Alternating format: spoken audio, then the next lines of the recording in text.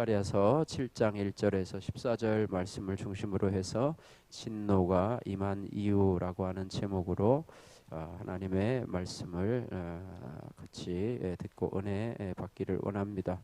오늘 12절 말씀 보시면은 큰 진노가 만군의 여호와께로부터 나왔도다 이렇게 말씀하고 있습니다. 우리는 하나님의 진노라는 말을 참 듣기 싫어하고요. 우리가 하나님의 칭찬이나 인정에 대한 말을 듣는데요. 하나님의 진노를 우리가 받으면 안 되잖아요. 그죠? 그래서 오늘 스가랴 선지자를 통해서 주시는 환상을 통해서 특별히 하나님께서 우리들에게 진노를 면하려면 또 하나님의 칭찬을 받으려면 우리가 어떻게 우리의 삶을 돌아보고 살아야 되는가 이런 부분을 한번 살펴보기를 원합니다. 하나님의 진노가 임한 이유는 첫 번째로 하나님께 물어보지 않고 독단적으로 결정했기 때문이라고 말씀해 주고 있습니다. 1절에서 3절 말씀에 보면은요. 스가랴가 환상을 본 지 2년이 지난 이 다리오 왕 4월 11일 하순에 하나님의 예언이 스가랴에게 다시 임하게 되는데요.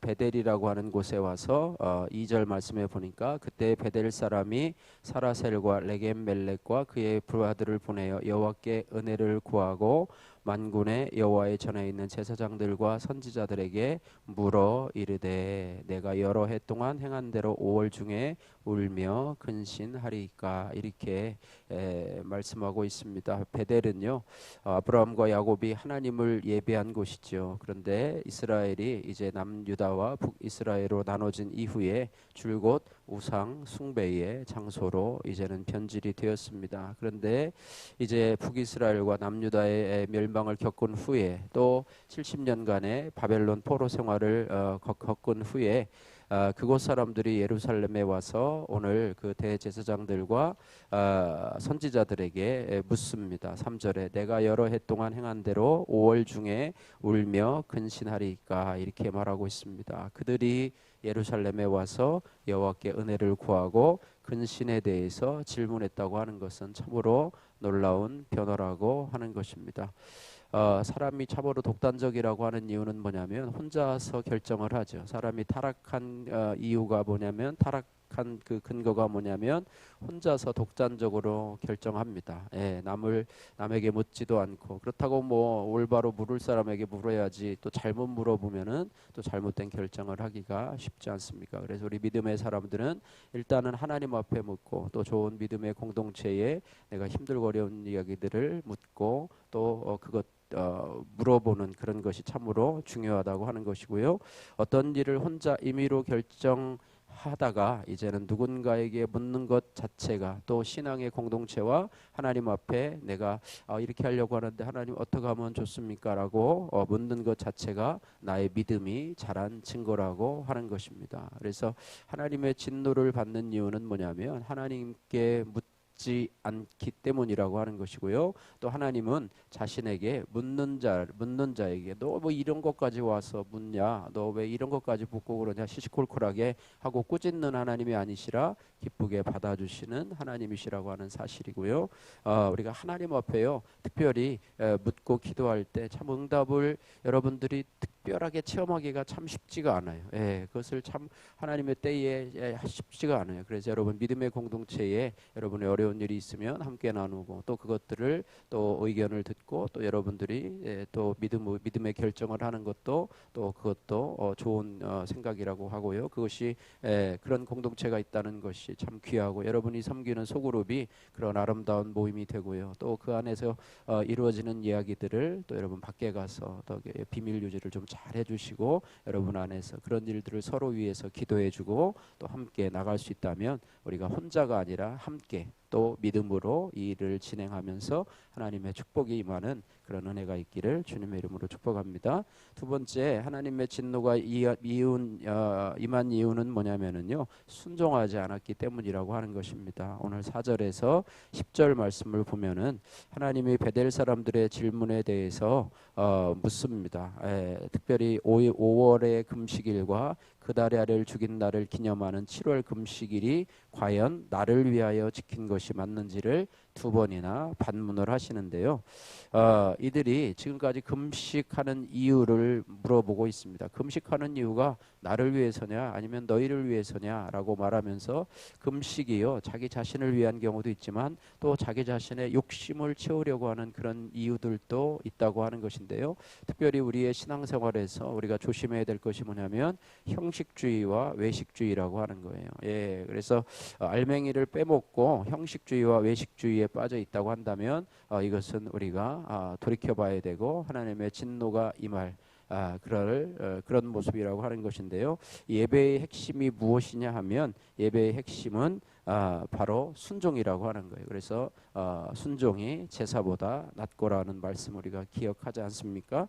그래서 하나님이 기뻐 받으시는 예배는 상한 마음과 또 회개와 순종의 예배라고 하는 것입니다. 그리고 예배의 끝은 바로 삶의 시작이라고 하는 것이죠. 예배만이 나의 삶의 전부가 아니고요. 예배 그냥 일주일에 1시간 드렸다고 그것이 끝이 아니고요. 그죠? 일주일에 그냥 주일날 한 번 가서 1시간 예배 드렸다고 나는 성도로서의 의무를 다했다고 이제는 다음 주에 봅시다 하고 이제 문을 닫고 교회를 나서는 것이 아니라 예배의 끝은 바로 삶의 시작임을 기억하면서 우리의 가정과 또 우리 일터에서 내가 하나님의 말씀을 순종하는 삶의 이제는 터전이 될 수 있다는 것을 우리가 기억을 하면서 나의 가정과 일터에서 주의 말씀을 따라 살아가는 것이 바로 참 예배이고 이것이 우리가 드릴 영적인 산 제사라 이렇게 말씀하고 있습니다. 그래서 나의 삶은 예배의 연장이고 나의 예배에 마침은 삶의 시작이라는 것을 기억하면서 우리가 형식주의와 외식주의에만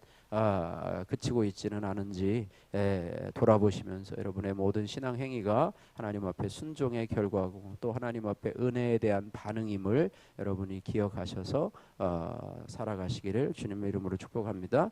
또 세 번째로 하나님의 진노가 임한 이유는 뭐냐면 하나님의 말씀을 듣기 싫어했기 때문이라고 하는 거예요. 11절에서 14절 말씀 보면은요.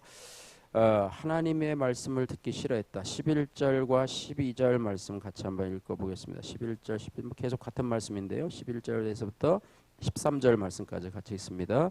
그들이 듣기를 싫어하여 등을 돌리며 듣지 아니하려고 귀를 막으며 그 마음을 금강석 같게 하여 율법과 만군의 여호와가 그의 영으로 옛 선지자들을 통하여 전한 말을 듣지 아니하므로 큰 진노가 만군의 여호와께로부터 나왔도다.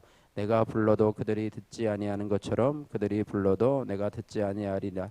만군의 여호와가 말하였느니라. 아멘. 예, 듣는 것이 참 중요해요. 그래서 11절에 듣기를 싫어했다. 하나님의 말씀을 듣기를 싫어한다. 또 등을 돌린다. 그죠? 듣기 싫으면 등을 돌려버리죠. 듣지 아니하려고 또 뭐예요? 귀를 막아요. 그래 마음을 금강석 같이 한다. 이 금강석 밑에 보니까 다이아몬드 광물 중에서도 가장 경도가 높고 광택이 뛰어나 성경에서는 단단하고 탁월함을 나타낼 때 사용되는데요. 마음을 금강석 같이 단단하게 해가지고 절대로 하나님의 말씀이 들어오지 못하도록 나를 아주 그냥 금강석과 같은 마음, 그죠? 돌보다도 더 최고의 강도를 가진 금강석과 같은 마음이 된다면 하나님이 아무리 강력한 하나님이라도 그 금강석을 뚫을 수가 있겠습니까? 그래서 우리의 신앙의 출발이 바로 하나님의 말씀을 듣는 거예요. 그래서 좋은 말만 듣고 또 나와 의견이 합치되는 말만 가려서 듣는다면 그것도 온전한 순종이 아니고요. 내가 듣기 싫은 말도 들어야 돼요. 우리는 그것을 잔소리라고 얘기를 하죠. 그죠? 그래서 하나님의 말씀도 여러분이 잔소리로 여겨진다면 그거는 신앙의 큰 문제고요. 여러분은 가치관에 맞는 말씀만 아멘하고 그렇지 않은 말씀은 받아들이지 않는다고 하면 우리의 신앙이 성장할 가능성은 거의 없습니다. 여러분이 처음 왔을 때하고 비슷한 신앙으로 10년, 20년, 30년 갈 가능성이 많습니다. 내가 듣기 싫어도 또 내 마음이 아파도 또 나의 심장을 후벼 판다 할지라도 그 하나님의 말씀을 아멘하고 아프더라도 받아들이고 하나님 앞에 그걸 부여잡고 기도하고 나가면 우리 안에 정말로 하나님의 은혜와 평강이 머무르고 또 그 삶의 열매를 맺게 될 것입니다. 또 하나는 뭐냐면 여호와가 그의 영으로 옛 선지자들을 통하여 전한 말씀을 듣지 아니하므로 또 내가 불러도 그들이 듣지 아니한 것처럼 그들이 불러도 내가 듣지 아니하리라. 하나님의 선지자들을 통해서 하나님은 직접 또 말씀하시지만은 하나님 주의 종들을 통해서 말씀하시기 때문에 내가 불러도 듣지 아니하고 내가 보낸 선지자들에게 말하여도 듣지 아니하고 그러면 뭐 방법이 없는 거죠. 듣지 아니하면 거기에 다음에 순종이 없고 또 다음에 회개가 없고 삶의 변화가 없기 때문에 결국은 그들의 삶이 진노로 바뀐다고 하는 것입니다. 그래서 여러분이 아멘으로 순종하시고 내가 듣기 좋아하는 말은 무엇인지 내가 듣기 싫어하는 말은 무엇인지 내 안에 감추어두려고 하는 말은 무엇인지 내가 절대로 이것만은 하나님 앞에 순종하지 못하겠다고 남겨둔 최후의 보루는 무엇인지 여러분이 좀 여러분 스스로를 잘 점검하셔서 내가 귀를 막고 또 금강석과 같이 내 마음을 어떤 부분에 있어서는 하나님의 말씀이 하나님의 할아버지 말씀이라도 내가 듣지 않으려고 작정하고 있는 것은 무엇인지 이런 부분들을 여러분이 스스로 살펴보면서 이것들이 깨어져야지만이 하나님 앞에 축복과 또 하나님의 칭찬을 받을 수 있으리라고 생각이 됩니다.